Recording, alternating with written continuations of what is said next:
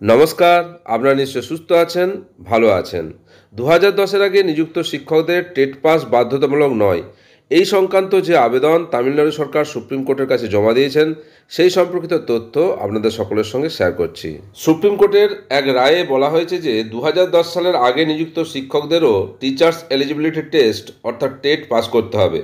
এই রায়কে কেন্দ্র করে তামিলনাড়ু সরকার একটি রিভিউ পিটিশন দাখিল করেছে, যা নিয়ে দেশজুড়ে শিক্ষা মহলে ব্যাপক আলোড়ন সৃষ্টি হয়েছে। এই নিয়মটি শুধুমাত্র 2010 সালের পরে নিযুক্ত শিক্ষকদের জন্য প্রযোজ্য হওয়া উচিত। এই পদক্ষেপের ফলে হাজার হাজার অভিজ্ঞ শিক্ষকের ভবিষ্যৎ অনিশ্চিত হয়ে পড়েছে এবং তামিলনাড়ুর শিক্ষা ব্যবস্থায় এর সুদূরপ্রসারী প্রভাব পড়তে পারে।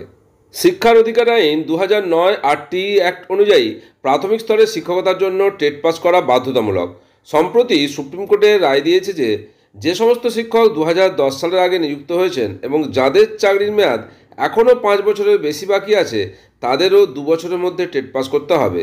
এই রায়ের বিরুদ্ধেই তামিলনাড়ু সরকার সুপ্রিম কোর্টে রিভিউ পিটিশনের আবেদন জানিয়েছেন।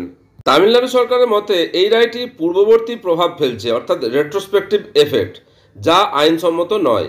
তাদের প্রধান যুক্তিগুলি হল বৈষম্যমূলক প্রয়োগ। সরকারের বক্তব্য, 2009 সালের আরটি আইন কার্যকর হওয়ার আগে যে সমস্ত শিক্ষক নিযুক্ত হয়েছিলেন তাদের উপর এই আইন চাপিয়ে দেওয়া ঠিক নয়, কারণ তাদের নিয়োগ সেই সময়ের নিয়ম অনুযায়ী বৈধ ছিল। বহু বছর ধরে শিক্ষকতা করছেন এমন হাজার হাজার অভিজ্ঞ শিক্ষক এই রায়ের ফলে ক্ষতিগ্রস্ত হবেন।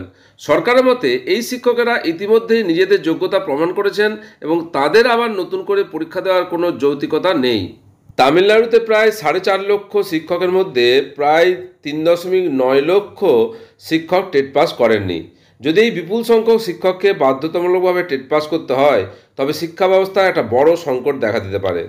এর ফলে অনেক শিক্ষক চাকরি হারাতে পারেন, যার ফলে স্কুলগুলিতে শিক্ষকের অভাব দেখা দিতে পারে। সরকার এই সমস্যার সমাধানে শিক্ষকদের জন্য বিশেষ প্রশিক্ষণ বা ব্রিজ কোর্সের প্রস্তাব দিয়েছে, যাতে তাদের দক্ষতার মান উন্নয়ন করা যায় এবং চাকরিও বজায় থাকে। সুপ্রিম কোর্টের মূল উদ্দেশ্য ছিল শিক্ষার মান উন্নত করা। আদালত মনে করে টেট পরীক্ষা শিক্ষকের যোগ্যতার একটা ন্যূনতম মাপকাঠি, যা সমস্ত শিক্ষকের জন্য প্রযোজ্য হওয়া উচিত।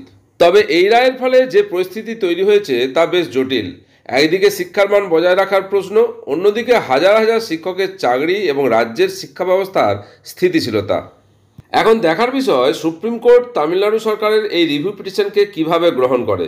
যদি আদালত সরকারের আবেদন মেনে নেয়, তবে 2010 সালের আগে নিযুক্ত শিক্ষকেরা স্বস্তি পাবেন। আর যদি রায় বহাল থাকে, তবে রাজ্য সরকারকে একটি বড় চ্যালেঞ্জের সম্মুখীন হতে হবে। সমস্ত দেশ মনে করছে যে এই রায় শুধু তামিলনাড়ু সরকারের উপর নয়, দেশের শিক্ষা নীতির উপর প্রভাব ফেলবে।